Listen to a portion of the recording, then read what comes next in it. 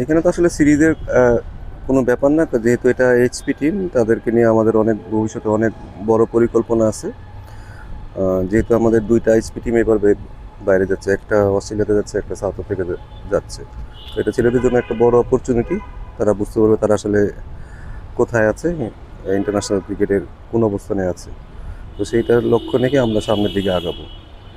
তো আমি মনে করি যে এইচপিতে যারাই খেলতেছে তাদের ভবিষ্যৎ অনেক উজ্জ্বল। তাদেরকে যেন আমরা সঠিকভাবে গড়ে তুলতে পারি, সেটা কালচারাল দিক দিয়ে হোক, তাদের খেলার ব্যাপারে হোক, তাদের ডেভেলপমেন্টের ব্যাপারে। সো যেহেতু এটা ডেভেলপমেন্ট সাইড, তো আমরা চেষ্টা করবো তারা যেন দিনকে দিন উন্নতি করে। দেখুন, এখানে বয়সটা কোনো ফ্যাক্টর না। বয়সের চেয়ে আমার কাছে মনে হয় যে তারা ভবিষ্যতে বাংলাদেশে কী দিতে পারবে না পারবে সেটার উপরে ভিত্তি করে আসলে টিম করা হয়েছে। তো ভবিষ্যতের কথা লক্ষ্য করে এখানে আমরা কখনো এজ ব্যারিয়ার রাখিনি। কারণ আমাদের দেশে দেখা যায় অনেক ছেলে যারা ন্যাশনাল টিমে ঢুকবে, তাদের আসলে খুব বেশি অপরচুনিটি থাকে না।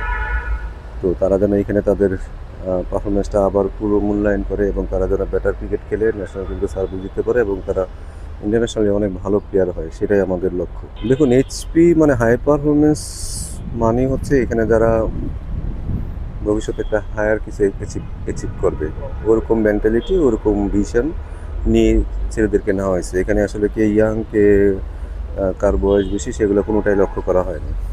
তার যদি সম্ভাবনা থাকে সে যে এজে হতে পারে, সেটা আর্লি স্টেজে হইলে ভালো, কোনো সমস্যা নেই। বাট তাকে যেন প্রতিটা মুহূর্তে যে সে যেন ইমপ্রুভ করতে পারে, সেদিকে আমাদের লক্ষ্য থাকবে।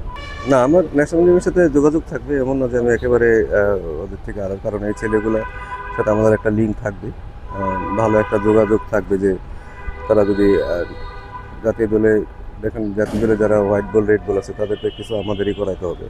তো আমাদের একটা যোগাযোগ সবসময় থাকবে। আমি কখনো নিজের ফিল করি না যে আমি জাতীয় দলের বাইরে আছি।